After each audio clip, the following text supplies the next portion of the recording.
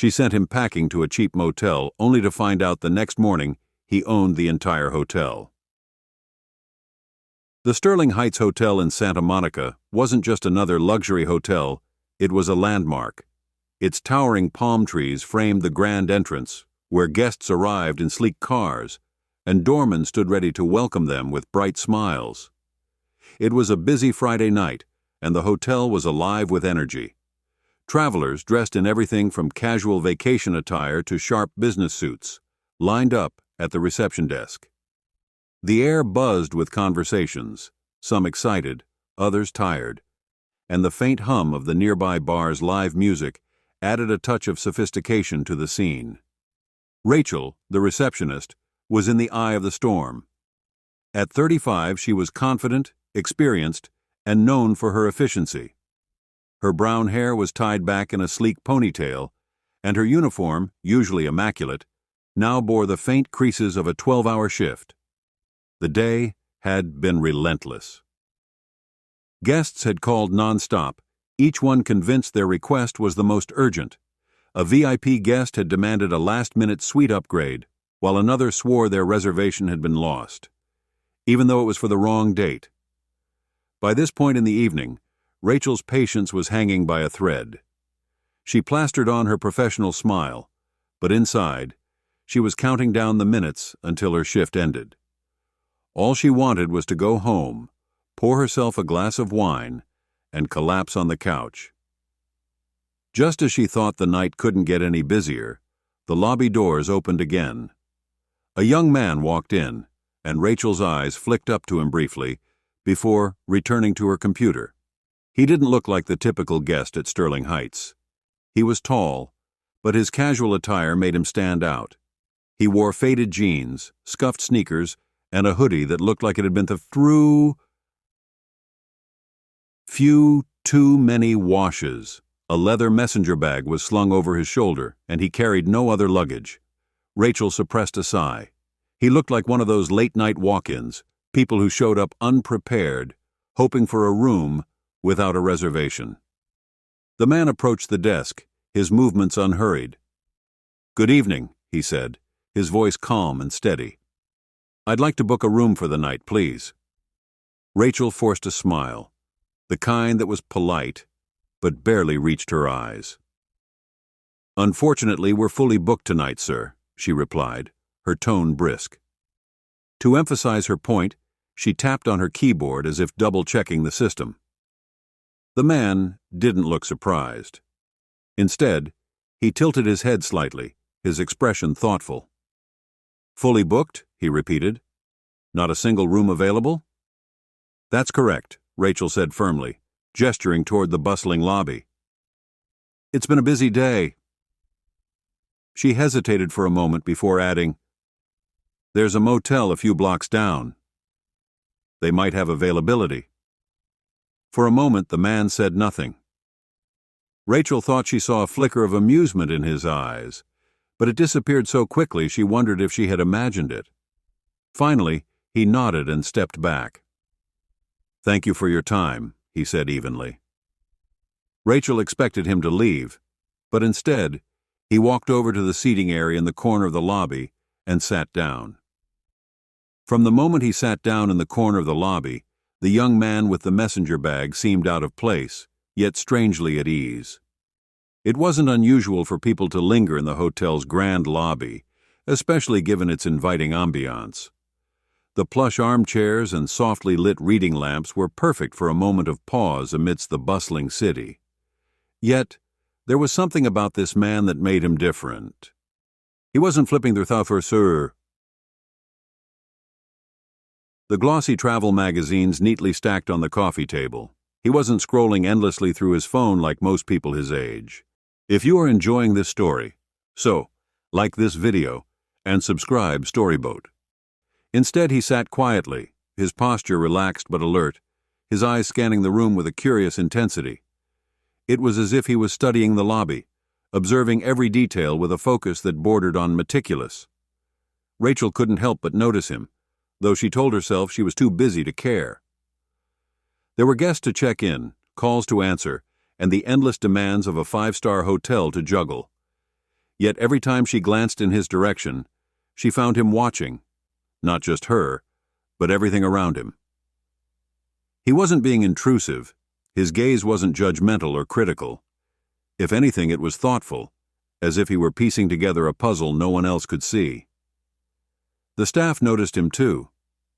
A bellhop whispered to Rachel during a brief lull at the desk, "What's with the guy in the corner?" "He's been sitting there for ages."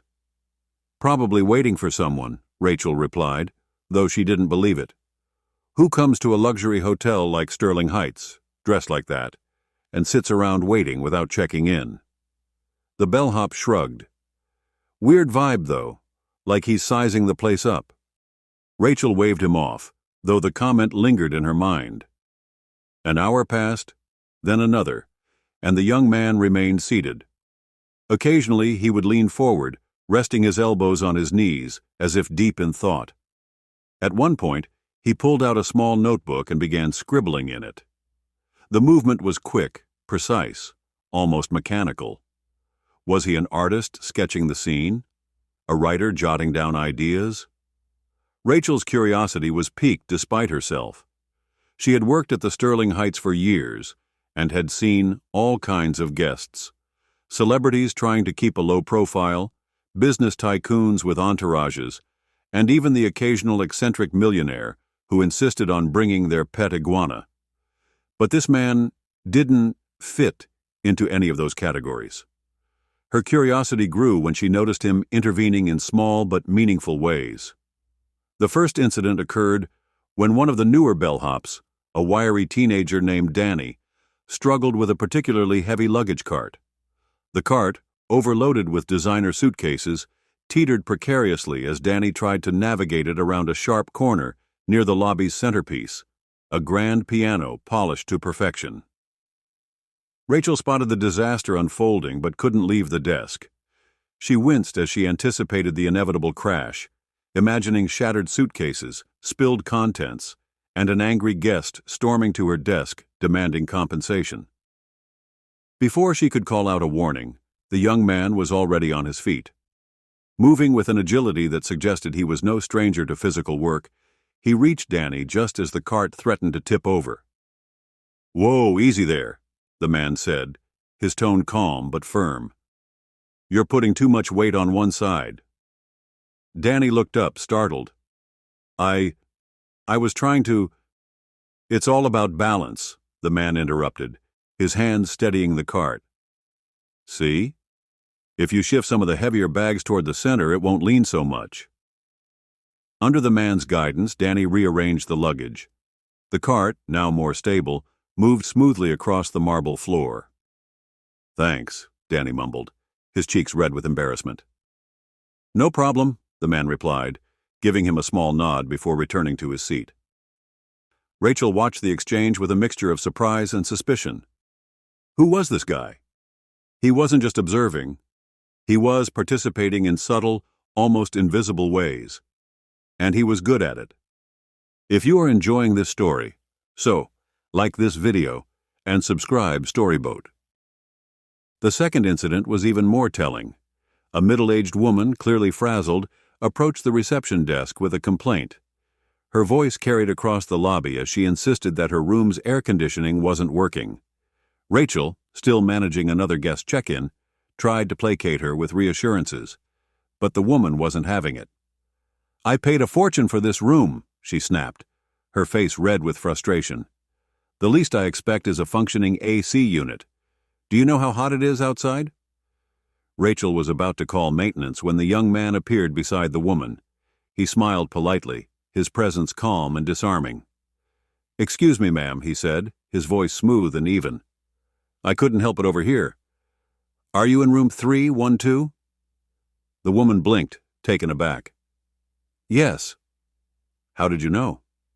He gestured subtly toward a key card she held, where the room number was partially visible. "Sometimes the thermostat in those rooms gets set to eco mode by mistake," he explained. "It's a bit tricky to reset, but I've stayed in that room before. I can show you how to fix it if you'd like." The woman hesitated, glancing between Rachel and the man. Rachel, though puzzled, nodded in encouragement. "That would be helpful," the woman admitted. Rachel watched as the man escorted her to the elevator, his demeanor patient and professional. By the time he returned to his seat, the woman had stopped by the desk to thank Rachel for sending such a helpful staff member. Rachel didn't correct her. As the evening wore on, Rachel's intrigue turned into a mix of unease and fascination. This man wasn't just a casual observer. He was studying the hotel, its staff, and its operations with the precision of someone who had a deep understanding of how things worked. When Rachel finally mustered the courage to approach him, it was close to midnight. Most of the lobby had cleared out and the soft strains of piano music played over the speakers. She walked over to his seat, clipboard in hand, trying to appear professional but approachable. "Excuse me, sir," she began, her voice steady. "I couldn't help but notice you've been here for quite some time. Can I assist you with anything?" The man looked up, his expression neutral, but not unkind. "No, thank you," he said. "I'm just observing." "Observing?" she echoed, her brow furrowing. He smiled faintly. "It's fascinating, isn't it? How a place like this operates. So many moving parts, yet it all comes together seamlessly. Well, almost seamlessly." Rachel felt a flicker of defensiveness. "We pride ourselves on delivering the best experience for our guests," she said. "And you do," the man replied, his tone reassuring. "But every system has its flaws. You learn a lot about people by watching how they handle them." Rachel didn't know how to respond. There was something unsettling about the way he spoke, not because it was critical, but because it was true. The night finally came to an end, and Rachel watched as the young man gathered his belongings and headed for the exit. She assumed she'd never see him again, but his words stayed with her. Who was he really? It wasn't until the next morning that she found out, and the revelation would change everything. Morning at Sterling Heights always brought with it a distinct energy. The quiet murmur of guests ordering breakfast from room service, the soft clinking of cutlery in the dining hall, and the steady flow of travelers arriving and departing gave the hotel its lively rhythm. Rachel had barely had her first sip of coffee when she noticed the familiar figure of the young man from last night entering the lobby again. He was dressed differently this time. No messenger bag slung over his shoulder, no slightly wrinkled shirt. Instead, he wore a sharp navy blazer over a crisp white shirt, his demeanor now more poised and confident. Yet, his eyes carried the same calm intensity that had unsettled and intrigued her the night before. Rachel pretended to focus on her computer screen, her fingers hovering over the keyboard while her mind raced. Why was he back? She had assumed he was just passing through, maybe killing time while waiting for a friend or a late-night bus. But his reappearance raised questions she couldn't ignore. This time, he didn't linger in the corner. Instead, he approached the front desk with an air of quiet authority, standing patiently as Rachel finished with the guest in front of him. When she finally looked up, she met his gaze head-on, determined not to let him see the unease bubbling beneath her professional exterior. "Good morning," he said, his voice smooth but firm. "I'd like to speak with the general manager, please." Rachel blinked. "The general manager?" she repeated, her tone carefully neutral. "Yes," he replied. "If they're available. It's about something important." Her first instinct was to ask him why, but she quickly stopped herself. Guests requesting to speak with management wasn't unusual, though it often meant trouble. Complaints about service, issues with billing, or disputes over room conditions typically prompted such requests. Yet, something about the way he said important made her think this wasn't a simple complaint. "I'll check if Mr. Hargrove is available," she said, picking up the phone. As she called the GM's office, Rachel noticed the man studying the lobby again, his gaze flicking briefly to the staff at the concierge desk, then to the housekeeping team pushing carts down the hall. It wasn't the casual curiosity of a guest taking in their surroundings. It was deliberate, methodical, as if he were cataloging every detail. Mr. Hargrove answered on the second ring, his voice gruff but polite. "Yes, Rachel?" "There's a guest here asking to speak with you," she said, keeping her tone professional. "He says it's important." There was a pause on the other end. "Did he say what it's about?" "No, sir." "Well, I'm in the middle of a meeting," Hargrove replied. "But if it's urgent, send him to my office." Rachel hung up and relayed the instructions to the young man. He thanked her with a polite nod and headed for the elevators. As she watched him disappear behind the sliding doors, she felt a strange mix of relief and anticipation. In the hours that followed, the staff buzzed with speculation. Word quickly spread that the young man had spent nearly an hour in the GM's office, though no one knew exactly what was discussed. Theories ranged from the mundane to the absurd. "Maybe he's a food critic," one of the chefs suggested during a coffee break. "Food critics don't sit in the lobby taking notes," a waiter replied. "Maybe he's an inspector. You know, those people who rate hotels secretly." "That's ridiculous," said another. "Inspectors don't just show up and announce themselves." Rachel listened to their chatter from a distance, her curiosity growing by the minute.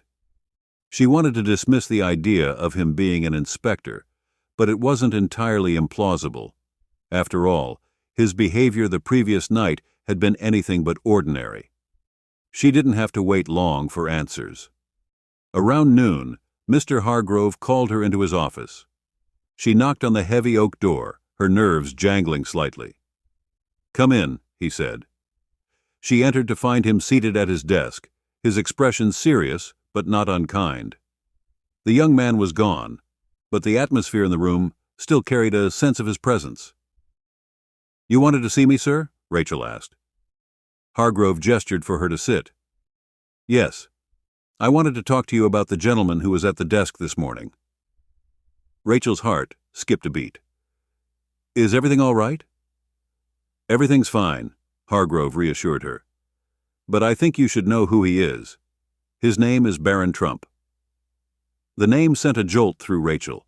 She wasn't deeply involved in politics, but even she recognized the name. Barron Trump was the youngest son of a former U.S. president, a name that carried immense weight and influence. She struggled to process this information. He didn't say anything about that." "Of course not," Hargrove said with a wry smile. "People like him don't need to announce who they are. They let their actions speak for them." Rachel nodded slowly, her mind racing. "So why is he here?" "That's the interesting part," Hargrove said, leaning back in his chair. "He's not here as a guest. He's here to observe. Apparently he's been working on a project that involves studying high-end service industries, and he chose our hotel as one of his case studies." Rachel's eyes widened. "A project? For what?" Hargrove shrugged. "He didn't go into much detail, but from what I gathered, he's been visiting luxury hotels around the country, analyzing how they operate.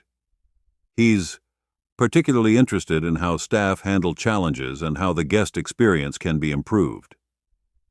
Rachel sat back, trying to absorb this revelation. It explained so much: his meticulous observations, his willingness to help staff, his calm yet authoritative demeanor. Yet it also raised more questions. "How long is he planning to stay?" she asked. Hargrove smiled faintly. "That's the thing. He's not staying here at all. He's just observing. But he did say he might return in the future." The news spread quickly among the staff, adding a layer of tension and excitement to their routines. Knowing that someone as high-profile as Barron Trump was scrutinizing their every move made everyone hyper-aware of their actions. The bellhop stood a little straighter, the waitstaff double-checked every order, and the housekeeping team went the extra mile to ensure every room was spotless. Rachel, however, couldn't shake the feeling that there was more to Barron's visit than he had let on. His demeanor, his approach, and his words all hinted at someone who saw the world differently, someone who was searching for answers to questions most people didn't even think to ask.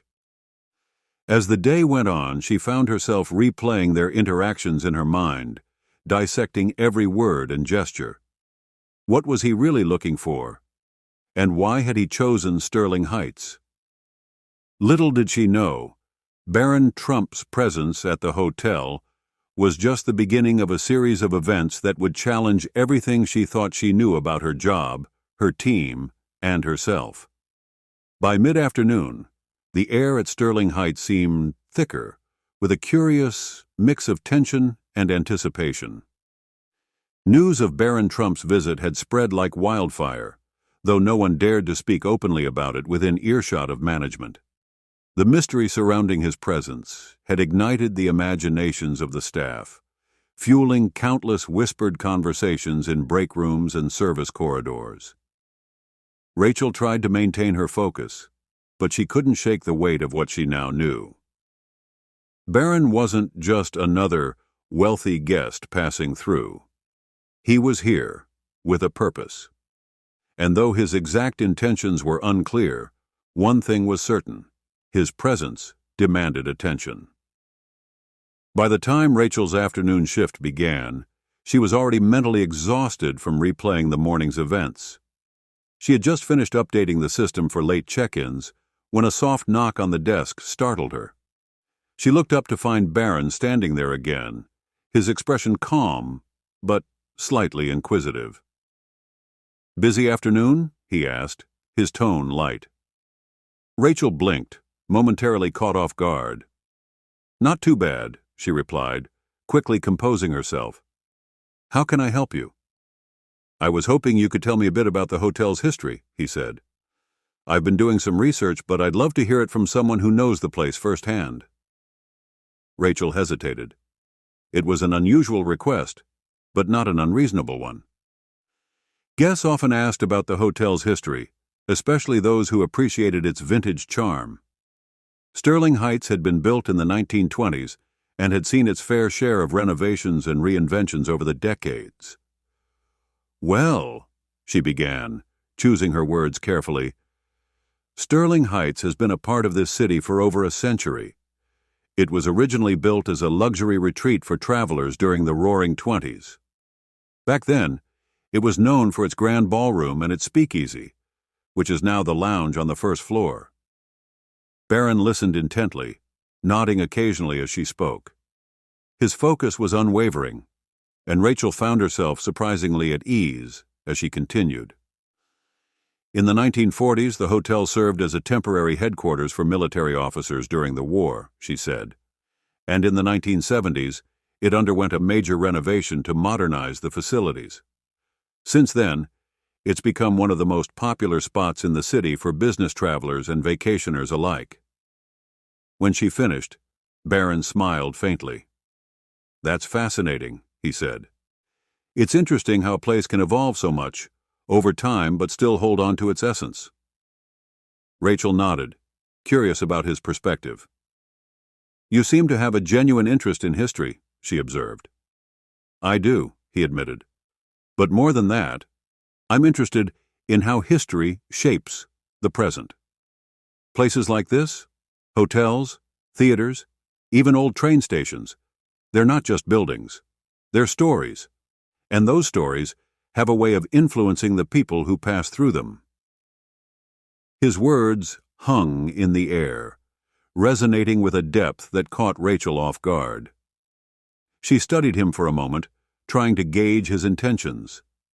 There was an earnestness in his expression that suggested he wasn't just making small talk. He truly believed what he was saying. "So, is that why you're here?" she ventured. "To study how places like this shape people's experiences?" Barron's smile widened slightly, but he didn't answer directly. "Something like that," he said, his tone enigmatic. The conversation lingered in Rachel's mind long after Barron walked away. His words had a way of sticking with her, planting seeds of curiosity that refused to fade. What was he really searching for? And why did he seem so invested in understanding the stories behind the hotel? The rest of the day passed uneventfully, but Rachel couldn't shake the feeling that Barron's presence was a prelude to something significant. When her shift ended, she found herself lingering in the lobby, watching as he sat in one of the armchairs near the fireplace, engrossed in a notebook. "Still here?" a voice behind her said, startling her. She turned to see Maria, one of the housekeeping supervisors, smiling knowingly. Rachel shrugged, trying to play it cool. "Just wrapping up," she said. Maria glanced at Barron, then back at Rachel. "He's an interesting one, isn't he?" "You could say that," Rachel replied, her tone nonchalant. Maria leaned in slightly, lowering her voice. "I heard he spent an hour in Hargrove's office this morning. Any idea what that was about?" Rachel hesitated, debating whether to share what she knew. Ultimately, she decided to keep the details to herself. "Not sure," she said, "but he seems different." Maria nodded, her expression thoughtful. "Yeah, different. That's a good word for it." As Rachel left the hotel that evening, she couldn't help but feel that her day-to-day routine had been irrevocably altered. Barron's presence had introduced an element of unpredictability, a sense that something larger was at play. She didn't know it yet, but this was just the beginning. The questions Barron Trump had brought with him were about to unravel a series of events that would challenge not only the staff of Sterling Heights, but also the very essence of what the hotel stood for. The next morning, Sterling Heights was abuzz with an almost electric energy. The staff had heard whispers of Barron Trump's unusual inquiries and his mysterious meeting with the general manager, Mr. Hargrove. While no one knew the exact details of their conversation, speculation ran rampant. Some believed Barron was considering buying the hotel, while others were convinced he was scouting locations for a secret project. Rachel, however, wasn't entirely convinced by the rumors. After her brief but meaningful exchanges with Barron, she felt there was something more personal driving his actions. His questions about the hotel's history and his thoughtful remarks about the impact of places on people seemed too genuine to be part of a simple business endeavor. As she settled into her morning shift, Rachel glanced toward the lounge area where Barron had made himself comfortable. He was seated at the same armchair by the fireplace, a cup of coffee on the small table beside him. His notebook lay open in his lap, and he appeared lost in thought, occasionally jotting down notes or sketching something in the margins. Curiosity gnawed at Rachel. She had always prided herself on her ability to read people, but Barron was proving to be an enigma. What could someone with his resources and influence possibly want with a century-old hotel in a mid-sized city like this? By mid-morning, Barron's presence began to draw attention from other guests. A group of business executives in the lobby whispered among themselves, stealing glances in his direction. A young couple snapped a discreet photo, pretending to take a selfie. Even the staff couldn't resist sneaking glances, their curiosity getting the better of them. Rachel noticed all of this, but tried to remain professional. She was updating the day's bookings when she heard a familiar voice behind her. "Busy morning?" She turned to find Barron standing at the desk, his expression calm but inquisitive. "A little," she admitted. "What can I do for you?" He smiled faintly. "Actually, I was hoping you could help me with something." Rachel raised an eyebrow, intrigued. "What do you need?" "I'd like to see the ballroom," he said. The request caught her off guard. The hotel's grand ballroom was usually reserved for weddings, galas, and corporate events. When not in use, it remained locked and largely off-limits to guests. "I'm not sure if that's allowed," Rachel said carefully. "Could you ask?" he pressed, his tone polite but firm. "It would mean a lot to me." There was something in his voice, an earnestness that made it difficult to refuse. Rachel hesitated for a moment before nodding. "Let me check with Mr. Hargrove." As she made her way to the general manager's office, Rachel couldn't help but wonder what Barron wanted with the ballroom. It wasn't unusual for guests to admire the space. It was, after all, one of the hotel's most striking features. But Barron's interest seemed to go beyond mere curiosity. Mr. Hargrove was seated at his desk reviewing paperwork when Rachel knocked on the doorframe. He looked up, his expression neutral. "What is it?" he asked. "Mr. Trump has requested to see the ballroom," Rachel said, keeping her tone professional. Hargrove frowned, leaning back in his chair. "Why?" "I'm not sure," Rachel admitted, "but he seemed insistent." Hargrove sighed, tapping his pen against the desk. "Fine," he said finally, "but only for a few minutes, and you'll need to accompany him." Rachel nodded, relieved. "Understood." When she returned to the lobby, Barron was waiting patiently near the desk. His expression brightened slightly when he saw her. "Good news," she said. "Mr. Hargrove has approved your request. I'll escort you to the ballroom." "Thank you," he said sincerely. As they made their way through the hotel's corridors, Rachel couldn't help but feel a growing sense of anticipation. The ballroom was one of her favorite parts of the hotel. A stunning space with soaring ceilings, intricate chandeliers, and a polished hardwood floor that gleamed in the sunlight. When they arrived, Rachel unlocked the heavy double doors and pushed them open, revealing the grandeur within. The room was bathed in soft, natural light, and the faint scent of polished wood and aged fabric lingered in the air. Barron stepped inside, his expression one of quiet awe. He walked slowly across the room, his eyes taking in every detail: the ornate molding, the delicate frescoes on the ceiling, the grand piano in the corner. "This place is incredible," he said softly. Rachel nodded, standing near the doorway. "It's one of my favorite spots in the hotel." Barron turned to her, his gaze thoughtful. "Do you ever wonder about the people who've been here before us?" he asked.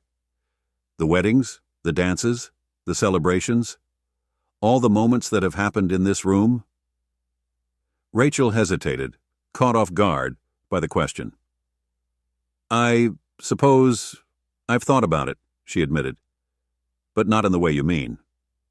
He smiled faintly. "I think about it all the time. Places like this, they're like time capsules. They hold on to pieces of the past, even as the world moves on." For a moment, Rachel was at a loss for words. Barron's perspective was unlike anything she had encountered before. It was as though he saw the world through a different lens, one that revealed layers of meaning most people overlooked. "What about you?" she asked, her curiosity getting the better of her. "Why does this matter so much to you?" Barron hesitated, his expression clouding slightly. For a moment she thought he might deflect the question, but then he sighed and looked away. "Let's just say I have my reasons," he said finally. Before Rachel could press further, he walked toward the grand piano and ran his fingers lightly over the keys. The soft, resonant sound filled the room, breaking the silence. "You play?" she asked, intrigued. "A little," he admitted. "My mother insisted I take lessons when I was younger." He sat down on the bench and began to play a soft, melancholic melody.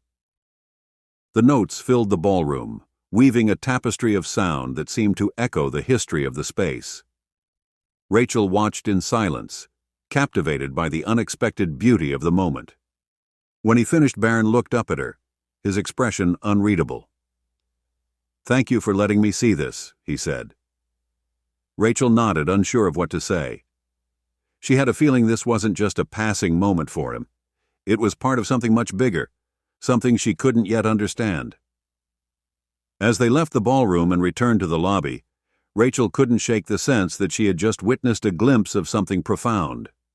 Whatever Barron Trump was searching for, it was clear that he wasn't just looking for answers, he was looking for meaning. And in a way, she realized, so was she. The morning after Barron's visit, Rachel's mind raced as she walked into the conference room for an unscheduled team meeting. She hadn't gotten much sleep after her late shift the night before, and exhaustion weighed heavily on her. She slumped into a chair near the back, checking her phone absently as the rest of the staff gathered.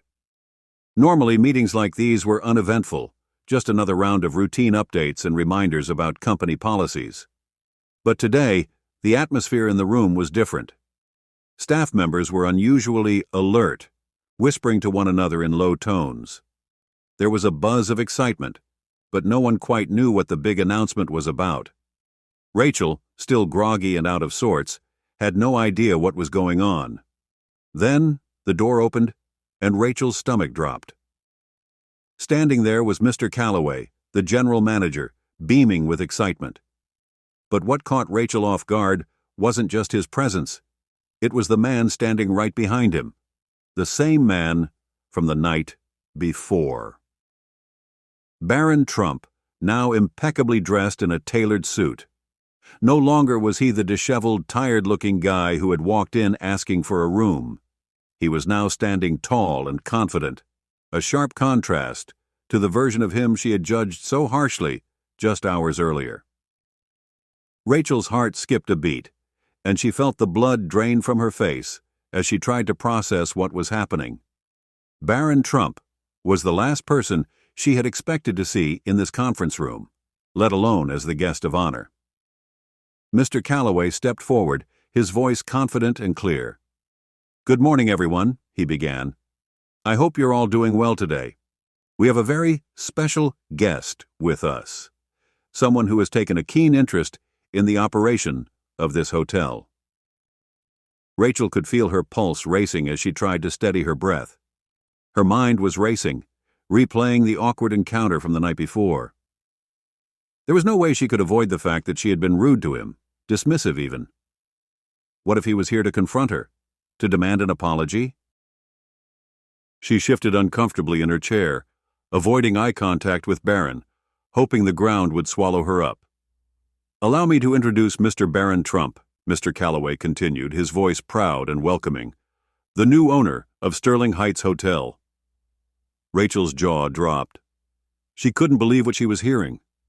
Barron Trump, the owner, the man she had practically dismissed like an ordinary traveler. How could she have been so wrong? The room was dead silent as all eyes turned toward Barron, who nodded politely, but didn't speak. His calm and composed demeanor remained unchanged, even though Rachel could feel the weight of his gaze. He was still the same man she had so quickly judged, but now there was a new level of respect that everyone seemed to be giving him, something she hadn't even considered before. Rachel was frozen in place, unable to move or speak. The realization of how she had treated him the night before hit her like a wave, and she felt a flush of embarrassment rise in her cheeks. She had been rude, dismissive, and unkind, all because she assumed he didn't belong here. But now, Barron wasn't just a guest at the hotel, he was its owner. The very same man she had so carelessly dismissed was now her boss. As Barron spoke, Rachel's mind was a whirlwind of thoughts. She barely heard his words, only focusing on the fact that he had been watching her. Watching everything that happened in the hotel last night. The small moments, the exchanges between staff, the way things were handled. And he had seen everything, including her own behavior. "I've always believed," Barron said, his voice smooth and steady, "that the true heart of any business is its people. That's why I like to see things for myself, without filters or special treatment. Last night I had the chance to observe how this hotel operates, from the incredible teamwork of the bellhops to the patience of the concierge staff. I saw a lot to admire." Rachel's stomach churned. She couldn't help but replay every moment of her behavior from the previous night, the times she had snapped at her colleagues, the way she had dismissed Barron with a condescending tone, and how her impatience had gotten the best of her. It all felt like a bad dream, and now she was being called out. Not directly, but still. She could feel his gaze on her. But Barron didn't stop there. He continued, his voice shifting slightly. But I also saw moments that reminded me why attention to detail and kindness matter so much in the hospitality industry. Rachel's heart pounded in her chest as her eyes shot to the floor, unwilling to meet anyone's gaze. She felt like she could barely breathe. Barron wasn't calling her out by name, but she knew exactly who he was talking about. His gaze had lingered on her the most during his observations. He had seen everything: the way she had treated him, the way she had spoken to her colleagues, the moments of impatience and frustration that had marred an otherwise smooth operation. The silence in the room was deafening. All eyes were on Barron as he continued to speak. In a place like this, where people come expecting the best, how we treat them defines their experience. And sometimes even the smallest gestures, a smile, a bit of patience, can make all the difference. Rachel wanted to disappear. Her heart felt like it was about to burst out of her chest. She had failed to live up to the very ideals that Barron was now setting for everyone in the room. She had let her exhaustion and frustration get in the way of doing her job well, and now she had to live with the knowledge that her actions were being scrutinized by the new owner of the hotel. "I'm not here to point fingers or assign blame," Barron said, his tone softening a little. "I'm here because I believe in this team and its potential. I believe in all of you. Starting today, we'll be working closely with management to ensure that you have everything you need to succeed, whether that's training, support, or accountability." The room broke into polite applause, but Rachel couldn't bring herself to join in. She sat there in silence, feeling the weight of his words settle over her. She had to change. She had to do better, not just for Barron, but for herself, for her colleagues, for the guests who came through those doors, hoping to have a positive experience. As the meeting adjourned, Rachel remained seated, frozen in place. She couldn't stop replaying the words Barron had said. He hadn't directly reprimanded her, but the lesson had been clear. He had seen her actions, and now she had to live with the consequences. Her behavior had been an example of what not to do, and now it was time to make a change. She lingered, waiting for everyone to leave. She knew she had to face Barron, but she didn't know how. She felt a mix of guilt, embarrassment, and fear. She couldn't undo the past, but maybe she could make it right. Just as she was about to leave, she felt a presence beside her. She looked up and found Barron standing there, his calm demeanor still intact. He regarded her for a moment before speaking. "Rachel, isn't it?" he asked gently, his voice still soft but direct. She nodded, her voice barely a whisper. "Yes, sir." He didn't speak right away, his gaze steady as if he were considering his words. Finally, he smiled, a genuine, reassuring smile that caught Rachel off guard. "I know yesterday was a long day for you,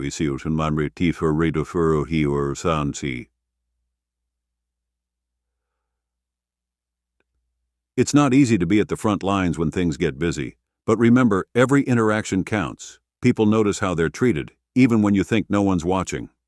Rachel nodded quickly, too overwhelmed to say anything else. "I understand," she stammered, her heart racing. "I'm so sorry about—" Barron held up a hand, cutting her off gently. "No need to apologize. Just learn from it. That's all I ask." With that, he gave her a small nod before walking away. Rachel sat there for a long moment, letting his words sink in. For the first time in a long time, she felt a deep sense of clarity. Barron had given her a chance to reflect on her behavior, not as a punishment, but as a lesson, and she was determined not to waste it. In the weeks that followed, Rachel worked hard to make a change. She greeted every guest with a genuine smile, no matter how tired she was. She took the time to listen to her colleagues and guests alike, offering kindness and patience instead of sharp words. Slowly but surely, the atmosphere at the hotel began to shift. Guests responded warmly. Her colleagues began to rely on her more, and even the hotel's management took notice of the change in her attitude. The story of Barron Trump's surprise visit became a quiet legend among the staff. No one knew when he might show up again, but everyone knew that his influence had left a lasting impact. Rachel's transformation was proof of that, and so she moved forward with a renewed sense of purpose. Her job was no longer just a paycheck, it was an opportunity to make a meaningful difference in the lives of others. She had learned the most valuable lesson of all: kindness matters, and you never know who's watching. Thanks for watching. If you like this story, subscribe Storyboat for more upcoming stories like this.